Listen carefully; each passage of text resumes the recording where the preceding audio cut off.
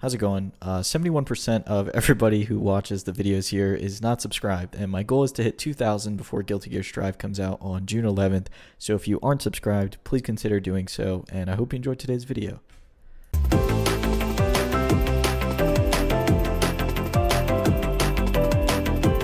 Now, I'm very much a person who likes to have things planned out. Sometimes I make plans of what I want to do or what I think I can accomplish, and that really gives me solace in that moment. It gives me direction.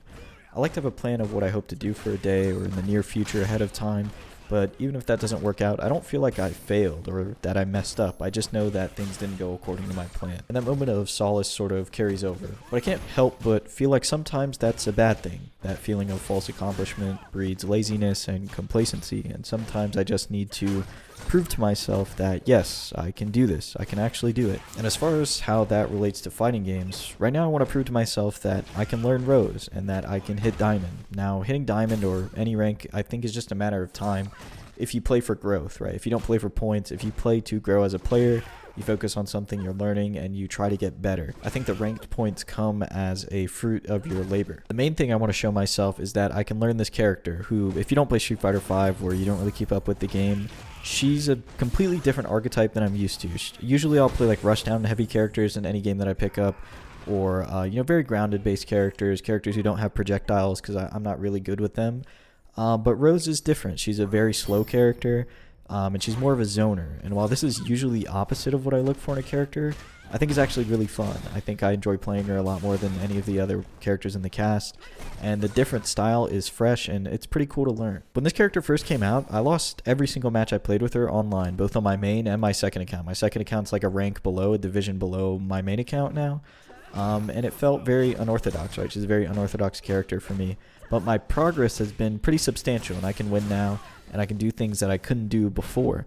And I think when you reach a certain level in any game, a lot of you guys can probably relate to this, your progress starts to hide itself. It's there, of course, but it's just not as obvious to you. And this is because not everybody is progressing at the same rate, right? Some people, if they're at the top, they're not going to be learning things as fast as you are because they already know it, right? And when you first started, you were learning things very quick. It felt like it was a rocket and, you were going to the moon. But at some point that progression sort of slows down as you start to realize the more nuanced things that you need to learn, and your progress shows itself in smaller forms. It shows itself in more nuanced things. And that's when you start to give up. Well, at least that's where I start to give up on a character, on a game, on hitting a certain goal or hitting a rank. That's where my plan that we were talking about earlier falls apart, and then I say to myself, well, I planned it out, I got this far, man, that's good enough for me. And that's how it's gone. That's how my fighting game career has gone for the past year or so, year and a half maybe. It's so much easier to just give up on a character, to give up on something and just say that the game sucks, or just give up for a little while. And you'll see this on Twitter, or you'll see this on social media, or maybe even here on the channel in the form of,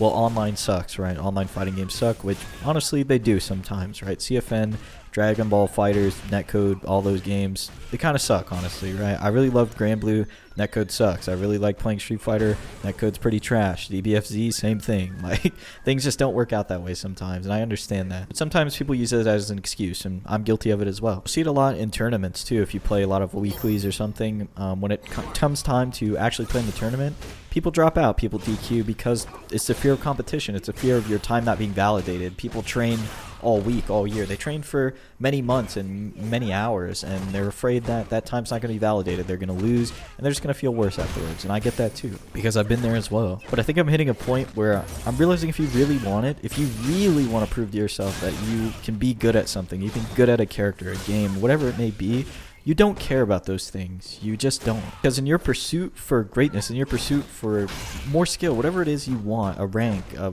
tournament win, whatever it is, you will forget about those things. Those things will fall to the wayside. And you have to brush them off as what they are. Online is online. Competition is competition. You're going to lose sometimes. You get an unlucky bracket.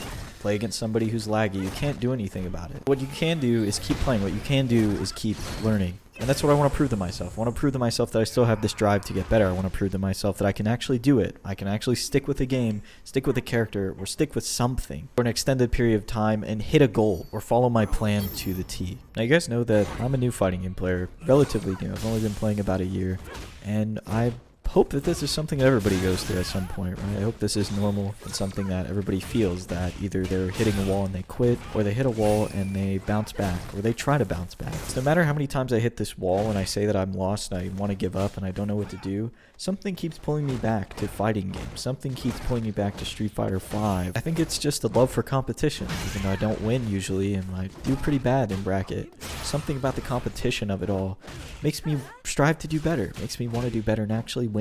Be able to hang with my friends who are way better than me right now, but slowly I'm going to close that gap. The closer and closer you get to filling that gap, it feels like the hole just gets deeper. There's just more stuff that you don't know, and I think that's where that push and pull effect might come from, where that roller coaster of emotions stem from. But eventually I'll figure it out, and that's what I'm hoping to do. Stick with fighting games and to figure it out. Anyways, thank you guys for listening to me ramble for this long. If you're still here, please leave a comment letting me know you made it to the end, and consider subscribing if you aren't already.